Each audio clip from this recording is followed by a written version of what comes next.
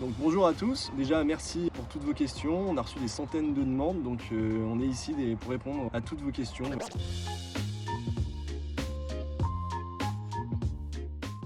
Alors pour les batteries, on conseille nous une batterie de 12 volts, lithium ou plomb, ou gel.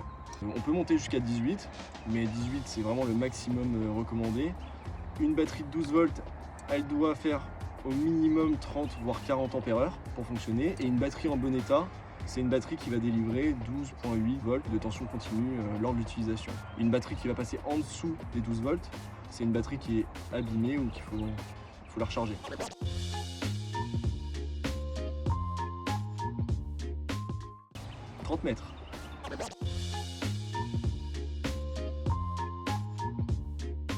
De manière générale, tous vos appareils électroniques, on va dire même sondeurs traditionnels 2D, vous devez posséder une batterie dédiée.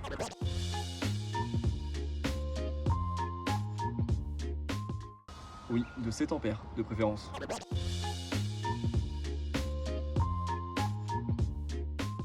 Alors, vous allez dans vos paramètres Wi-Fi, vous vous connectez au routeur Wi-Fi comme si vous étiez à la maison sur votre box internet.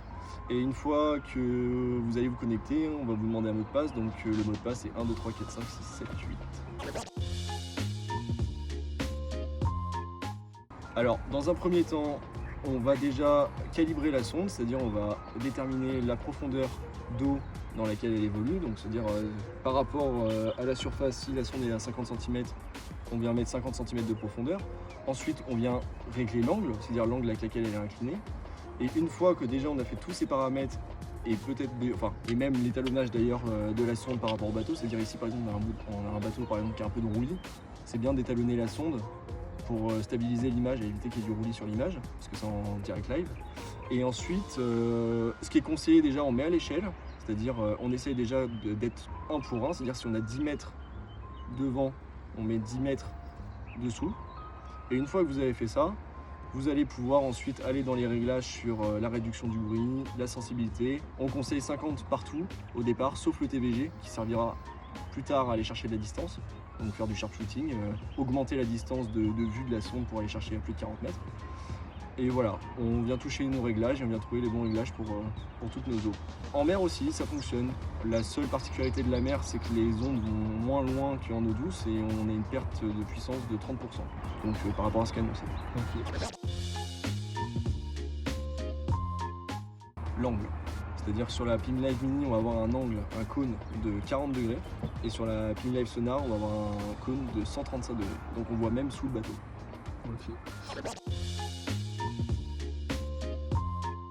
Alors nous on conseille une perche parce que déjà c'est beaucoup plus maniable et beaucoup plus précis, on va dire, dans l'utilisation. On peut le mettre sur l'arbre moteur comme derrière, mais attention à tout ce qui est serre-flex, tout ce qui est pincement de câble, parce que ça c'est des retours qui sont fréquents sur l'utilisation de ces appareils.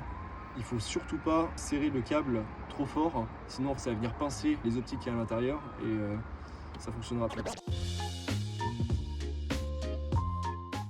Au niveau du transport, ouais, il faut faire attention, et même en navigation, j'insiste, quand vous le remontez et que vous le mettez sur le franc-bord et que vous allumez le thermique, il faut éviter que ça vienne taper sur le franc-bord, parce que dedans en fait il y a des petites cellules qui permettent en fait de la stabilisation de l'image, et si vous cassez ces cellules en verre, vous n'aurez plus de stabilisation de l'image, donc ça marchera moins bien, voire pas. Tout à fait, comparé on va dire à la majorité de ce qui se fait sur le marché, on a une sonde du coup qui va être connectée, on va la monter sur la perche. Et si la perche elle-même est transportable, vu que l'écran est un écran non dédié et non fixe, une tablette, un téléphone ou quoi que ce soit, qui marche sous Android ou iOS, et vous allez pouvoir transporter en fait votre matériel d'un bateau à un autre assez facilement, tant que vous êtes équipé de quoi accrocher la perche sur le bateau du copain par exemple. C'est assez récent, on peut taper sur des modèles un peu plus anciens, même des 2017-2018, mais il est quand même conseillé d'avoir quelque chose de récent. On arrive à en trouver à l'heure actuelle pour pas grand chose, même reconditionné. Et l'application, on la télécharge sur l'Apple Store ou sur Google Play, donc voilà. Comme une application normale. Et on n'oublie pas de faire les mises à jour avant d'aller en pêche si on n'a pas de connexion. On peut connecter jusqu'à 3 écrans simultanément sur la même sonde. Donc on peut avoir la même vue partagée sur 3 écrans. Si on invite des copains par exemple sur le bateau pour pêcher en down, en vertical, chacun peut avoir sa tablette sur le bateau et on se connecte tous, on va dire à l'hôte qui sera la tablette haute qui permettra aux autres de regarder la même chose que celui qui est connecté à la Bing Line. Est-ce que c'est compatible avec des écrans d'autres marques du commerce? Non. Non en réalité, ou alors posez-leur la question. Voilà, on ne peut pas télécharger les applications sur ces écrans-là, donc voilà. Le fait que ça soit ultra transportable, c'est-à-dire sur un bateau, si vous avez par exemple des perches avec des systèmes on va dire plutôt amovibles et des systèmes de clips où vous pouvez installer ça sur plein d'embarcations, que ce soit votre flotte tube, vous basculez sur votre bateau, sur votre barque, etc. Et pour moi, le vrai gros avantage, c'est de ne pas avoir d'écran dédié. Parce que dans toutes les autres marques, vous êtes obligé d'acheter l'écran qui va avec la marque de la sonde.